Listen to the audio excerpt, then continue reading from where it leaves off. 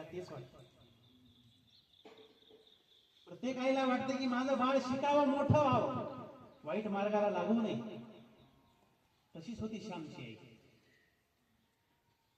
श्याम जेव्हा लहान होता तो आईवर खूप प्रेम करायचा, आईच्या अवतीभोवती राहायचा, आईला कामात मदत करायचा, तिच्या सोबतच राहायचा, तिला तिच्या पदराला धरून राहायचा, आई आई आई म्हणत फिरत मागे राहायचा.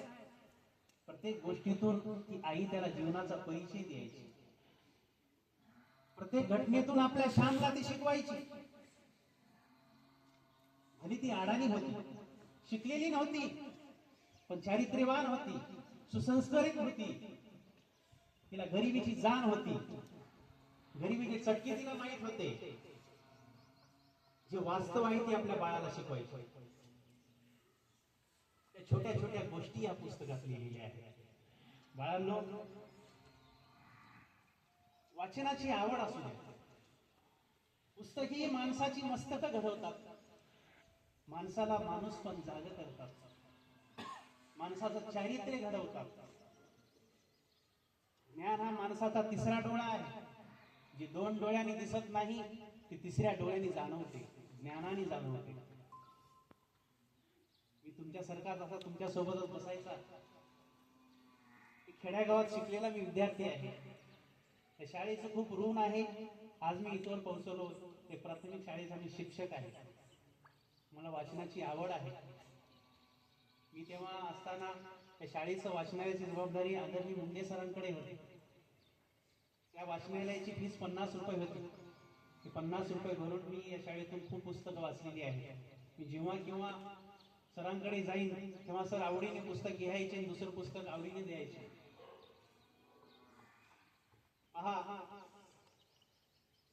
वाचनाने माणसाची मन पवित्र होतात, आपल्या ज्ञानाच्या कक्षा रुंदावतात, विस्तारित होतात, आपले विचार बदलतात, माणसाचं माणूस पण जागा होतो. जसं अन्न हे शरीराचं पोषण करतं, तसं पुस्तक वाचन हे मनाचं पोषण करतं. आणि हे शरीराचा विकास करतं, वाचन हे मनाचा विकास करतं. वाचन आवश्यक आहे. रद्दीत सुद्धा ज्ञान लपलेलं आहे. कदाचित एखादी जेवण करताना त्या हातामध्ये तुमची रद्दी आली असेल, जेवण संपल्यानंतर त्या रद्दीकडे पहा, काहीतरी लिहिलेलं असते त्याच्यावर. प्रत्येक कागदावर ज्ञान लपलेलं आहे. ज्ञान घेत चला, ज्ञान वेचत चला. आपण विद्या अर्जन करणारे विद्यार्थी आहोत. जिथे जिथे ज्ञान मिळेल ते वेचत चला. जे चांगले जगिया त्याचा करा स्वीकार, जे जे उदात्त ते उन्नत आहे ते लवकर कॅच करा. चांगलं ते घ्या. प्रत्येक दगडात मूर्ती आहे. त्या मूर्तिकाराला माहित आहे या दगडात मूर्ती आहे. तो काय करतो? त्या दगडातला नको असलेला भाग बाजूला काढतो, राहते फक्त मूर्ती. प्रत्येक माणसात देवपण आहे. काय केलं पाहिजे? आपल्यातले वाईट गुण बाजूला काढले पाहिजे. माणूस पण शिल्लक राहतो, देव पण येतो. श्याम लहान असताना पावलोपावली आईला प्रश्न विचारायचा, आई असं का, तू असं काय करते? शेजारी एखादी व्यक्ती वारली होती. आई त्या दिवशी स्वयंपाक केला, दुसऱ्या दिवशी स्वयंपाक केला नाही, त्या दिवशी स्वयंपाक केला नाही. श्यामला भूक लागली. श्याम आईकडे गेला, आई मला भूक लागली. आई म्हणते, बाळा सुतक आहे, आज जेवायचं नाही. का बरं जेवायचं नाही? अरे दुसऱ्यांच्या दुःखात सहभागी व्हायचं, दुसऱ्यांचं दुःख हे आपलं मानायचं. दुसऱ्यांच्या घरी आज चूल पेटत नाही, आपल्या घरी पण आपण सुतक पाळायचं, आपण पण त्यांच्या दुःखात सामील व्हायचं. एके दिवशी हा श्याम त्यांच्या घरामध्ये एका खिडकीवर पक्ष्यांचं घरटं होतं. त्या घरट्याकडे श्याम नेहमी बघायचा. चिमणी यायची, पिल्लाला चारा चारवायची, निघून जायची. ती पिल्लू त्या आईची वाट बघायचं. एके दिवशी ते पिल्लू त्या घरट्यातून पडलं खाली आणि मेलं. श्यामला खूप हळहळ वाटला, दुःखी झाला. श्याम कोपऱ्यात जाऊन बसला. आई त्याला जेवायला हाक मारते, आजी त्याला जेवायला हाक मारते. काय जेवायला येत नाही. तो म्हणतो आज मी सुतक पाळणार आहे. का बरं पाळशी? आज चिमणीचं पिल्लू मेलं ना घरात, त्याचं मला दुःख आहे. ते चिमणी आज उदास असेल ना, तिच्या मनाला वाईट वाटत असेल ना, आज मी तिच्या दुःखात सामील आहे. आज मला सुतक पाळायचं आहे. हे संस्कार त्याच्या आईने त्याला दिले होते. काकाच्या खिशातून तो एका दिवशी 2 पैसे चोरतो. ते लक्षात येते की माझ्या खिशातले पैसे गेले. आईना हळूच बाजूला जाऊन श्यामला विचारते, पैसे तू तर घेतला नाही ना? श्याम म्हणतो हो. कशासाठी घेतलास? आई मला पुस्तक घ्यायचं होतं. पुस्तक वाचून मी मोठा होणार आहे. तू म्हणत आहेस ना माझा श्याम मोठा झाला पाहिजे. मी पुस्तक वाचण्यासाठी आई 2 पैसे चोरले. ज्ञान घेण्यासाठी तो चोरी केला. आई म्हणते गोष्ट कितीही मोठी असो पण चोरी ही चोरीच असते. वाईट मार्गाने ज्ञान मिळू नको श्याम. मेहनत करून तो हुशार हो. मेहनत घे. तू मोठा झालेला मला पाहायचं आहे.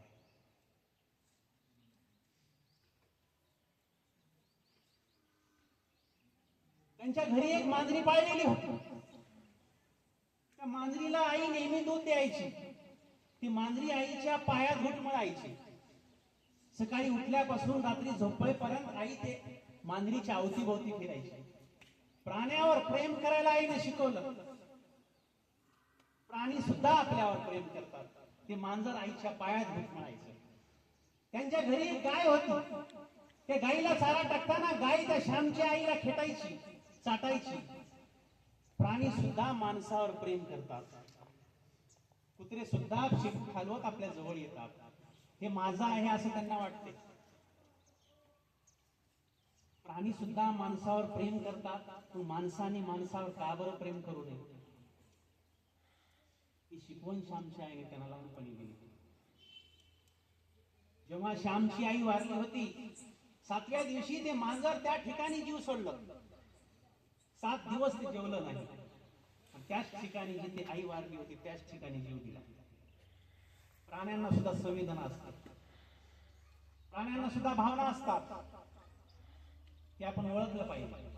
आपण सुद्धा संवेदनशील बनलं पाहिजे. आपलं हृदय देवाने दिलंय प्रेम करण्यासाठी, जगावर प्रेम करण्यासाठी. त्या आईने श्यामला शिकवले, बाळा जगावर प्रेम कर. प्रभूची लेकरे सारी तयाला सर्व ही प्यारी. कुणा ना तुच्छ लेखावे जगाला प्रेम अर्पावे. प्रत्येक जीव हा निसर्गाला प्रिय आहे. आपण सर्व प्रभूची लेकरे आहोत. जाती धर्मात गुरफटून राहू नये. सगळ्याचा निर्माता एकच आहे. जातीपातीचा विचार आपण करू नये. सगळे सारखेच आहेत. ही भावना आईने त्यांच्या लहानपणी त्यांच्या मनात रुजवली होती. किती छान सुंदर कविता लिहिली त्यांनी. जगाला प्रेम अर्पावे. क्वचितच असे कवी जगात सापडतात की अशी महान कविता लिहिली. जगाला प्रेम अर्पावेचे संदेश देतात. जगात एकच धर्म आहे, इतरांना प्रेम देईल. खरा तो एकच धर्म, जगाला प्रेम अर्पावे. बाकीचे धर्म थोतांड आहेत. थोतांड आहेत म्हणण्यापेक्षा त्या धर्मात आपण गुटफरून राहू नये. आपण आपल्या धर्मापुरताच विचार करू नये. सगळे धर्म आदर्शच आहेत. चांगले माणुसकीचे शिकवण देतात. पण सर्व धर्माचा सार एकच आहे, माणुसकी निर्माण करणे, माणुसकी जपणे, जगावर प्रेम करणे.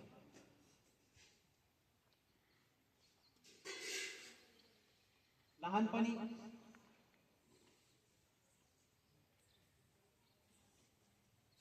श्याम आपला शिकावा, मोठा व्हावा, तो धाडशी बनावा. त्याला कोणी चिडवू नये.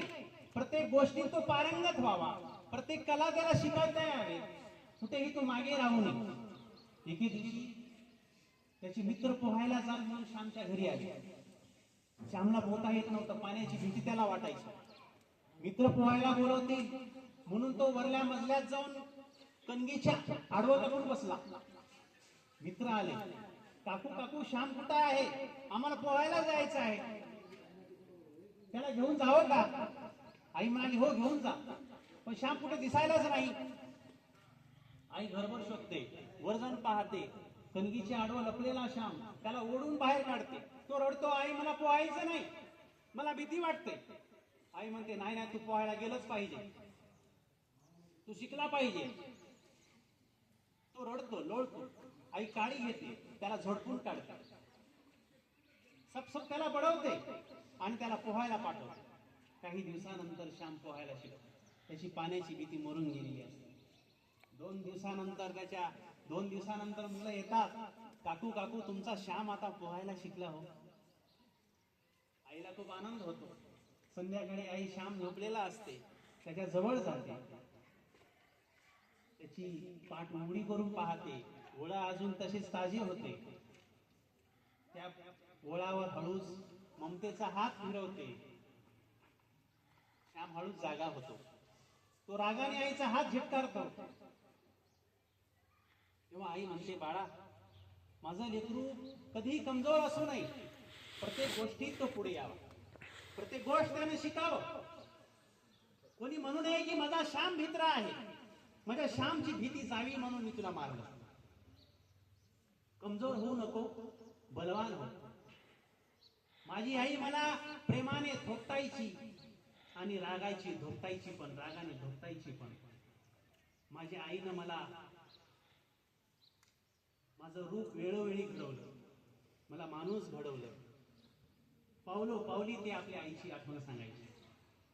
पावलो पावली आपल्या आईची आठवण सांगून ते इतरांना आपल्या आईची आठवण सांगायची. असे हे साने गुरुजी खूप शिकले.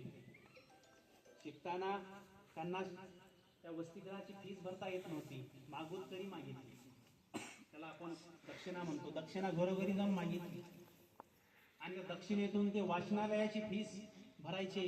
दिवस रात्र त्या जेवढा वेळ मिळेल त्या वाचनालयातून पुस्तक वाचायचे, पुस्तक घेऊन यायचे. आपण त्या वाचनालयाची फीस भरायची. माझ्या आईने सांगितलं होतं, जे फुकट आहे ते घेऊ नको, त्याचा मोबदला अवश्य देत राहा. मला ज्ञान सुद्धा फुकट नको आहे, मला या वाचनालयाचे पुस्तक फुकट नको आहे. मी मागूत तरी मागीन, पण या वाचनालयाची फीस भरेन. पुस्तक वाचत राहिले. अजून त्यांचं मन निर्मळ होत राहिलं वाचनाने. साने गुरुजी जेव्हा MA जेव्हा बाहेर शिकायला होते, वसतिगृहात शिकायला होते, तेव्हा त्यांना खूप आईची आठवण यायची. अधून मधून सुट्ट्यामध्ये आईला भेटायला जायचे. आई पण श्यामची वाट बघायची, माझा श्याम आज येईल. तो श्याम घरी यायचा, आईला अलगदून मिठी मारायचा, दिवसभर तिच्याशी गप्पा गोष्टी करायचा, तिच्या कामात काम करायचा, तिच्या अवतीभोवती फिरायचा, तिचे काम करून द्यायचा, तिला कपडे धुवून द्यायचा, तिचं घर झाडू लागायचा, तिचे केस विंचवून द्यायचा. आई, किती ग तुझे केस रंट झाले. तिला ताक करून द्यायचा, तिच्यासोबत गाणे म्हणायचे. ती गाणी म्हणण्याची सवय श्यामला लागली, कविता रचण्याची सवय श्यामला लागली. बलसागर भारत हो, विश्वात शोभून राहो. भारत देश माझा विश्वात शोभून राहो. वैभवी देश चढवीन, सर्वस्व त्यास अर्पीन. माझं सर्वस्व माझ्या देशाला अर्पीन. अतिमीर घोर सहारी, देशातला अंधार दूर करीन. या बंधू सहायाला, बंधूंनो माझ्या सहायाला या. मला देश घडवायचा आहे, मला नवभारत घडवायचा आहे. त्या मूल्यांची रुजवण त्याच्या आईने त्याला लहानपणी घातली होती. संस्काराचं अमृत त्याला लहानपणी आईने पाजलं होतं. म्हणून तो श्याम हा श्याम झाला, साने गुरुजी झाले. श्याम जेव्हा शिकायला होता, त्याची आई इकडे बिमार पडली. आई म्हणते की त्याला श्यामला सांगू नका हो, ते शाळा बुडवून येईल. आई खूपच बिमार पडली, अंतरणाला खेळली. आता तिचं उठणं अशक्य होतं. एके दिवशी श्यामच्या स्वप्नात आई गेली. आई म्हणते, श्याम मला भेटायला ये रे. तो खडबडून गाठी झाला. पहाटे उठला, मित्रा मला आईला भेटायला जायचं. तुझ्याजवळ पैसे आहेत का? मित्राजवळ काही पैसे निघाले. पळत सुटला तो. मला आईला भेटायला जायचं. त्या रात्री त्याची आई वारली. आई वारली त्याची. श्यामला माहित नव्हतं. माझी आई बिमार आहे. तो निघाला, पळत निघाला. तिथून सर्व तिकीट पोहोचणार नाही एवढे पैसे त्याच्याजवळ नव्हते. तो पायी पायी निघाला, पळत निघाला. या बंदरातून त्या बंदरात जाण्यासाठी तो त्या जहाजाला पैसे दिला. मुंबईच्या बंदरावर उतरला. मुंबईच्या बंदरावर उतरल्यावर समोर त्याला मावशी दिसते. मावशीला जोरजोरात हाक मारतो, पळत जातो. तो आई मावशी त्याला जोरजोरात ओरडून छातीला लावते. श्याम, उशीर केलास रे. काय झालं? तुझी आई कालच वारली. श्याम रडतो, जोराने रडतो. आई मला सोडून गेली. श्याम घरी जातो. सगळेजण बसलेले कोपऱ्याला. श्याम जातो घरात जिथे आई बसायची. पाहिलं एका कोपऱ्याला मांजर सुद्धा तसंच उदास बसलेलं होतं. श्याम त्या स्मशानभूमीत जातो. त्या आईची राख उचलतो, आपल्या कपाळाला लावतो. आई मला सोडून गेलीस. तुझ्या श्यामला जगात सोडून गेलीस. का बरं सोडून गेलीस? लवकरच सोडून गेलीस. माझा श्याम या माझ्या प्रेमात गुरफडून राहील म्हणून सोडून गेलीस का? तो समाज सेवा करणार नाही, या देशाला पाहणार नाही म्हणून सोडून गेलीस का? माझा श्याम आईच्या प्रेमात गुरफडून राहील आणि पुढे शिकणार नाही, तो घरातच राहील म्हणून सोडून गेलीस का? आई, तुझं स्वप्न मी पूर्ण करेन. माझं आयुष्य मी या देशाला अर्पण करेन. समाजासाठी जगेल, रंजल्या गांजल्यासाठी जगेल. तू मला सोडून गेलीस. दुसऱ्यांची आई मी माझी आई मानेन. पूजाची आई म्हणजे माझी आई, गणेशची आई म्हणजे माझी आई, गोविंदची आई म्हणजे माझी आई, सर्वांची आई म्हणजे माझी आई मानेन. या भारत मातेला सुद्धा माझीच आई, भारत माता सुद्धा माझीच माता. आता मी या मातेचा झालो. आता मी भारत मातेचा झालो. आता मी भारत मातेची सेवा करेन. एकंकन करी बांधियेन जन सेवे जीवन विदले. आता माझं जीवन या जनसेवेसाठी, समाजासाठी अर्पण करेल. पावलो पावली तो आपल्या आईची आठवण काढायचा. एमए पास झाला श्याम. समुद्राच्या किनारी जाऊन जोर जोरात समुद्राकडे बघून हाक मारतो, आई मी एमए पास झालो. आई मी एमए पास झालो. तो समुद्राला सांगतो. समुद्राच्या लाटा त्याच्या अंगावर धडकत असतात. मित्र त्याला हळूच मागे ओढतो. वेळा झालास की काय, समुद्र तुला मध्ये ओढून घेईल. अरे मी माझी आई मला समुद्रात दिसते आहे. ती लाटा रुपी मला भेटायला येत आहे. मी माझ्या आईला सांगत आहे मी एमए पास झालोय. माझी आई हे ऐकत असेल, किती आनंदात असेल. आणि गुरुजी शिक्षक झाले. शिक्षक असताना सुद्धा ते मुलावर आईसारखं प्रेम करायचे. एका वसतिगृहाचं त्यांना वसतिगृह सांभाळायला मिळालं. दिवसभर शाळा शिकून रात्रभर वसतिगृह सांभाळायचे. वसतिगृहातल्या मुलावर आईसारखं प्रेम करायचे. त्यांना म्हणायचे, बाळांनो तुमची आई तर नाही, तुम्ही मला तुमचीच आई माना. मुलं वसतिगृहातून शाळेत गेले की साने गुरुजी त्यांचे हळूच कपडे साफसूफ करून घडी करून त्यांच्या पेटीमध्ये ठेवायचे. त्यांचे वसतिगृह झाडून काढायचे. त्यांच्या अंतरना पांघरणाच्या घड्या करायचे. मुलं पाहायचे, अरे कोण केले? गुरुजी म्हणायचे, अरे बाळांनो तुमची आई नाही ना. तुमची आई असती तर हेच काम केली असते ना. तुम्ही मला तुमची आई म्हणा. आईसारखं प्रेम ते करायचे. आम्ही देवाचे मजूर, आम्ही देशाचे मजूर, कष्ट करू भरपूर. घाम गाळुनी करुणी काम, घाम गाळुनी करुणी काम. स्वर्ग निर्मुतो या पृथ्वीवर. ते कडवं आहे, दोन कडवे आहेत, मी गाऊ इच्छितो. आम्ही देवाचे मजूर, आम्ही देशाचे मजूर, आम्ही देवाचे मजूर, आम्ही देशाचे मजूर, कष्ट करू भरपूर, कष्ट करू भरपूर, आम्ही देवाचे मजूर, आम्ही देशाचे मजूर.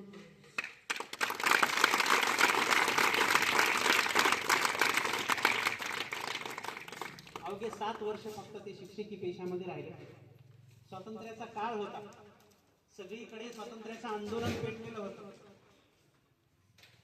राष्ट्रहिताचा विचार करणारा हा माणूस, त्यांचं मन शाळेत रमेना. ते म्हणू लागले, आता मला शाळा सोडून द्यायची आहे, आता मला राष्ट्रहिताकडे वळायचं आहे, स्वातंत्र्याच्या लढ्यात मला उडी घ्यायची आहे. त्यांचे हेडमास्टर त्यांना म्हणाले, सानी गुरुजी तुम्ही जाऊ नका, मुलं तुमच्यावर खूप प्रेम करत आहेत, तुम्ही त्यांना सोडून जाऊ नका. तुम्ही म्हणायचंय, प्रेमात अडकून राहू नका, बंधनात अडकून राहू नका. प्रेमात अडकून राहशील म्हणून माझी आई मला वेळी सोडून गेली. मोह सोडला पाहिजे, मोह सोडणे हा आपला धर्म. मला जाऊ द्या, मला भारत माता हाक मारते आहे, त्या भारत मातेची मला सेवा करू. पहाटे उठले, मुलं झोपलेली होती, त्यांच्या अंगावर हळूच पांघरण व्यवस्थित टाकलं, 2 ओळी लिहिल्या फळ्यावर, मुलांना आता मला जाऊ द्या. हेडमास्टरला विनंतीपर पत्र लिहिलं, ऑफिसच्या पायरीवर ते पत्र ठेवलं, गुरुजी मला आता जाऊ द्या, मला मोकळं करा. भारत मातेसाठी साने गुरुजी निघाले, स्वातंत्र्य लढ्यात भाग घेतला, तुरुंगवास भोगला. तुरुंगात गेले, नाशिकच्या तुरुंगात असताना अवघ्या 7 दिवसामध्ये त्यांनी कादंबरी लिहिली. ती वाचायला आपला महिना लागेल, पण ती लिहिली 7 दिवसात.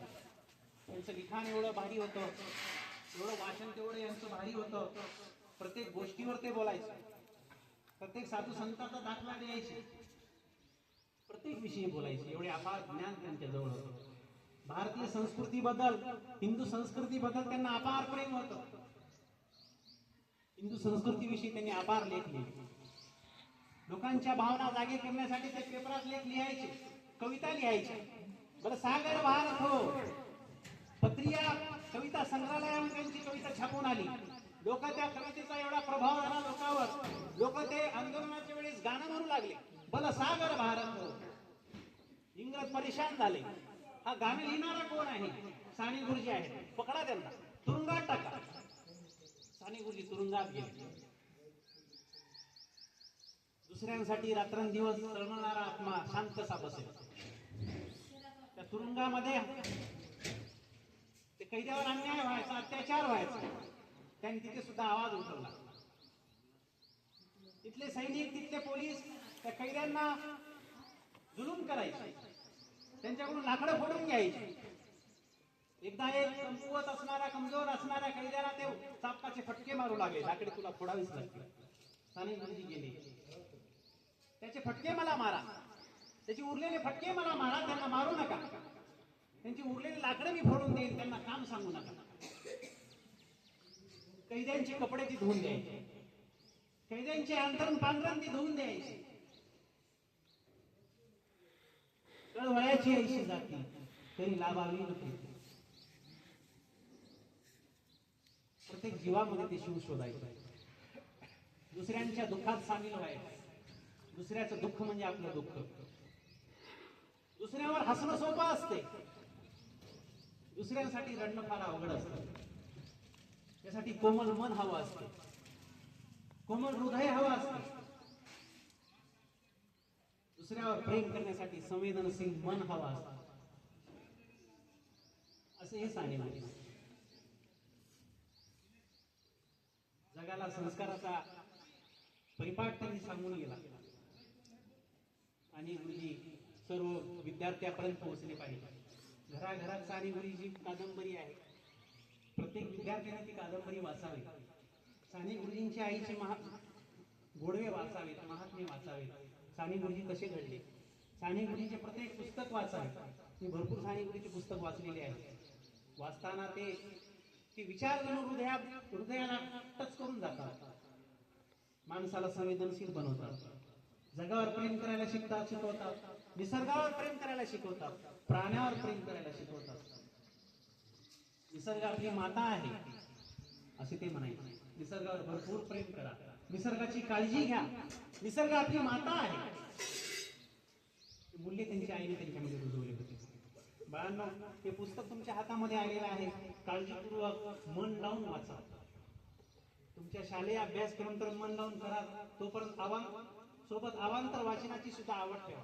अवांतर म्हणजे आपल्या शालेय पुस्तकाला सोडून इतर वाचन करत राहा.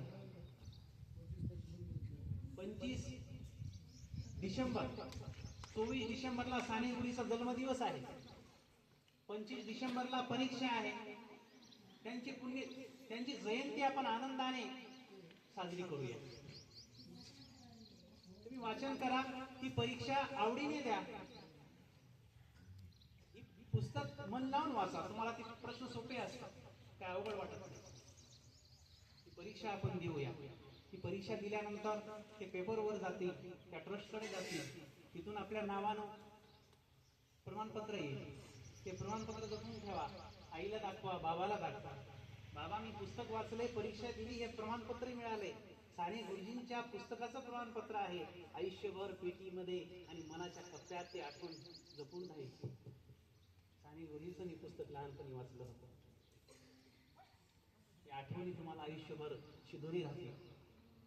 वाचत चला, वाचत चला, वाचाल तर वाचाल अशी एक म्हण आहे. वाचणं ही काळाची गरज आहे. जग खूप बदललेलं आहे. जग खूप पुढे गेलेलं आहे. तंत्रज्ञानाचं युग आहे. दिवसेंदिवस या जगाचं महत्व बदलत आहे, स्वरूप बदलत आहे. टेक्नॉलॉजीने एवढा अफाट विकास केलेला आहे. आपण तोडके राहू नये. आपण या ग्रामीण भागापुरते मर्यादित राहू नये. आपल्या कक्षा पण रुंदाव्यात. आपण या विश्वाचा भाग व्हावं. हे विश्व जणू आपल्या मुठीत आलेलं आहे मोबाईलच्या रूपाने. त्याचा चांगला वापर करा, ज्ञानासाठी वापर करा, ज्ञान शोधण्यासाठी वापर करा. आणि या जगाचे व्हा, विश्वाचे व्हा. ग्रामीण भागापुरते मर्यादित राहू नका, मोठे व्हा. तुम्हाला पुस्तक मिळालं हे असं समजल्यानंतर आनंद वाटला. म्हणून तुमच्या शाळेला भेटावं, आपल्या मुलांना त्या पुस्तकाबद्दल मार्गदर्शन करावं असं आदरणीय वामनराव साहेब म्हणाले. आणि त्यांच्या भावनेचा आदर ठेवून आपण इथं आलेलो आहोत. आणि आज पुण्यवान पण दिवस लाभला. स्मृतीनं आपण आज अभिवादन केलेलं आहे. आजचा दिवस खूप चांगला आहे. तर मला इथे तुमच्या पुढे बोलण्याचा योग आला. स्वतःला खूप धन्यवाद समजतो. एवढी बोलून मी माझे 2 शब्द संपवतो.